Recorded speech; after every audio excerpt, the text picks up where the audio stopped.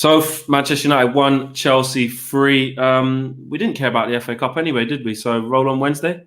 Mickey Mouse Cup that anyway. To be fair, Flex. Listen, I wish we could be that passive.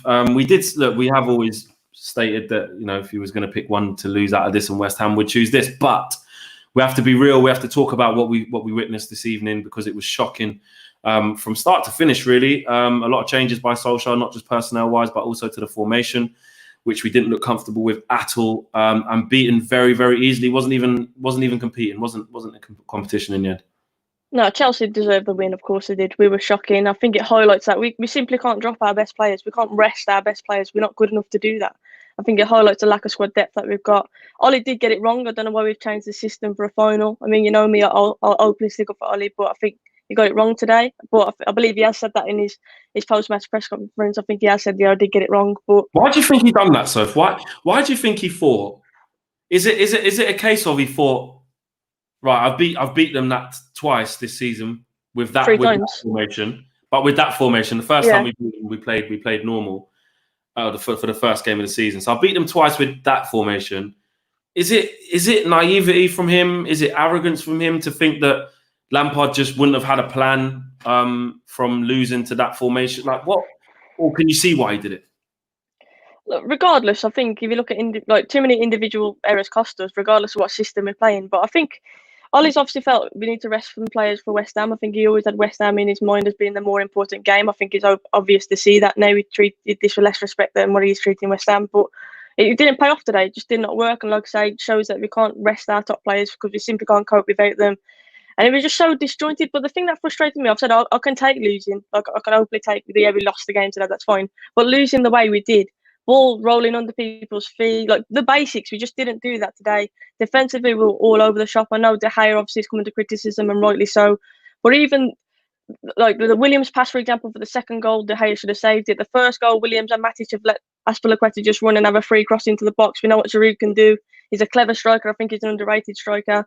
Lindelof's got the wrong side of him. It's just a catalogue of errors. And I remember saying to you at the end of my Fancam against Palace, I said, if we play like this, if we give the ball away like we have done against Palace, against a better team, we'll be punished. And I think today we got punished. We were all saying that, weren't we? These slow starts, albeit it was a different system, but it was a slow start. Chelsea was swamping us. Even at the first drinks break after 25 minutes, I was thinking, I'll tell you what, Ollie, just change it now. Change it. You can't obviously be making subs at that time, but yeah. It's hard when you've got three centre-backs on the pitch, because if you're going to change it, you need to make a substitution. It's very difficult to go into a 4-3-3 if you've got three centre-halves on the pitch. Then the injury came, which obviously hope Bailly is okay. Yeah, but that just didn't help us. Then Maguire got his head bandaged. That didn't help us. Then it was like the Southampton game when we had a long injury. When we come back after that injury, they're just not switched on. All you got to do is get to half-time, because it's been a shocking half. You get in at half-time, you change the shape, which we did just about do before the goal happened, but they lost concentration. You go in 1-0 down, and you come out second half. So if you want to see if the formation can work. You want to see if you can get Martial into the game. You've got 4-3-3 now. Criminal from Brandon Williams to give the ball away like that, and David De Gea. How many more times are we going to have to keep talking about errors from David De Gea?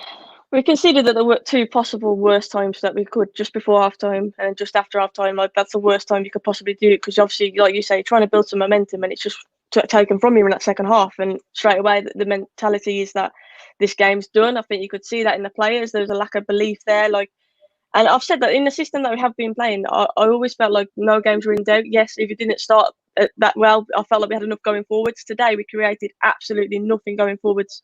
And the biggest worry for me from this one is, how is this going to affect the West Ham game now? You think it will?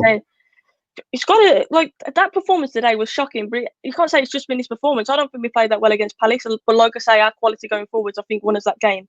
Today, we haven't created a lot. And for me, I'm genuinely worried about how we're going to bounce back from this. I'm hoping that it goes the way that we're going to smash in some goals against West Ham. But West Ham, let's not forget, are on a good run of form. I think Giroud bullied our defenders today. And I think Antonio is going to be a concern to face him as well for West Ham. He's absolutely flying at the moment.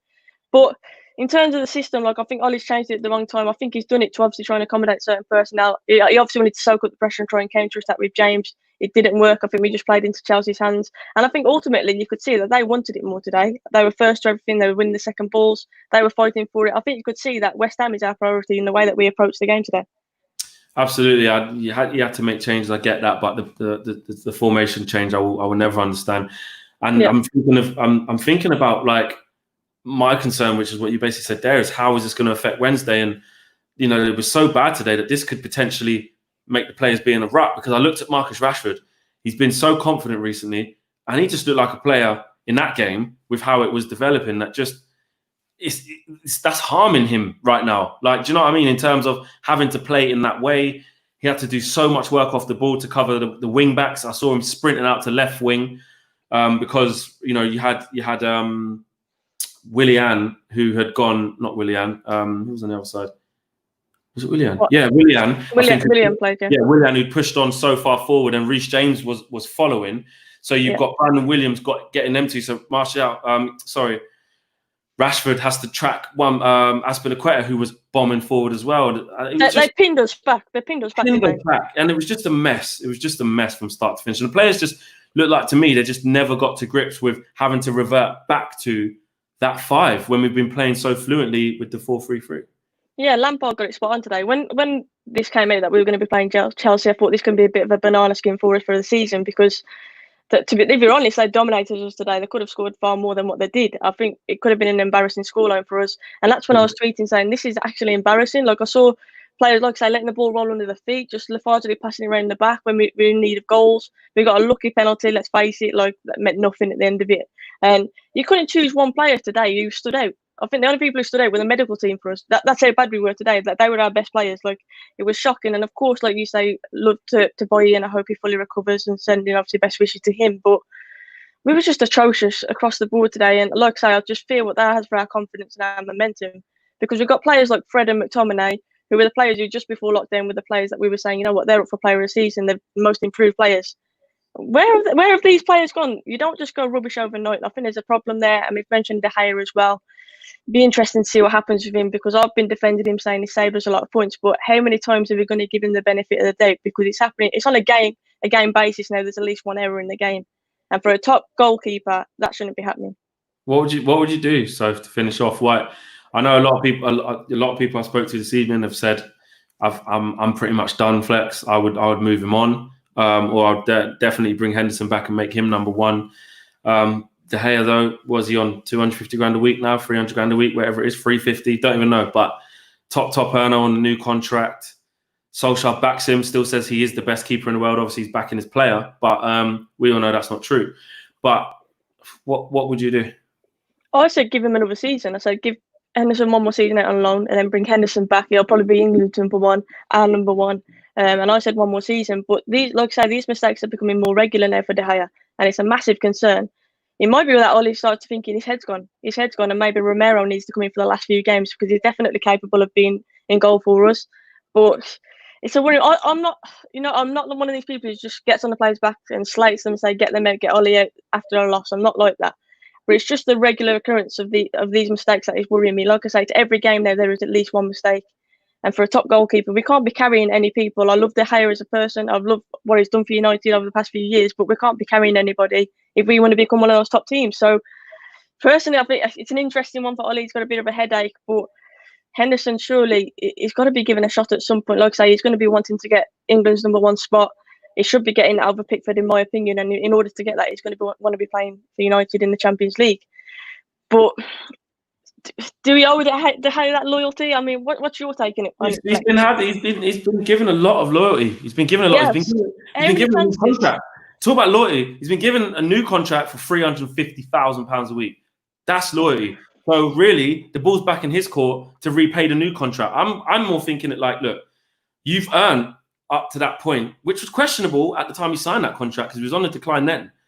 But you started like a new chapter. So you've been repaid for the first batch of amazingness that you had when you won the Player of the Year 4 times out of 5. Brilliant. You've kept us out of some dark moments, which is more a reflection of us as a club that you've had to work that hard. Yeah. But this is a new chapter.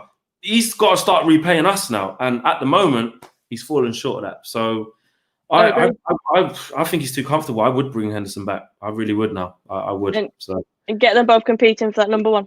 I would, but it's not really fair on Henderson because he deserves to be playing week in, week out. So, you know, maybe do something to De Gea that hasn't happened to him in 10 years.